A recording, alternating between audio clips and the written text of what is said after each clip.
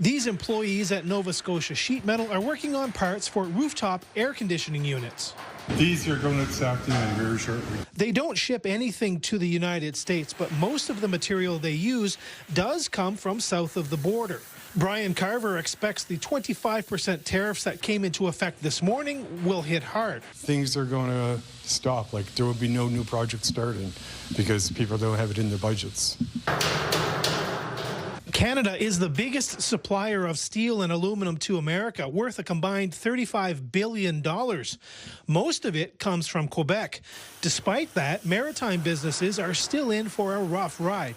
It's not just the disruption that it has on the steel sector itself, the producers, it's also the inputs into our production, as well as many, many downstream players. Moosehead Breweries is one of those businesses. Most of their beer is sold in cans. As Canadians, we're really, really upset about what's going on. Andrew Oland says they'll be paying the levy on more than one front because aluminum crosses the border numerous times before they receive the finished product. There's tariffs coming on the aluminum from Quebec into the U.S., and then there'll be tariffs coming when the sheet rolls go back to Canada to be turned into cans, and there'll also be a tariff on these lids when they come into Canada. As promised, Canada is hitting back, imposing 25% tariffs on nearly $30 billion worth of goods.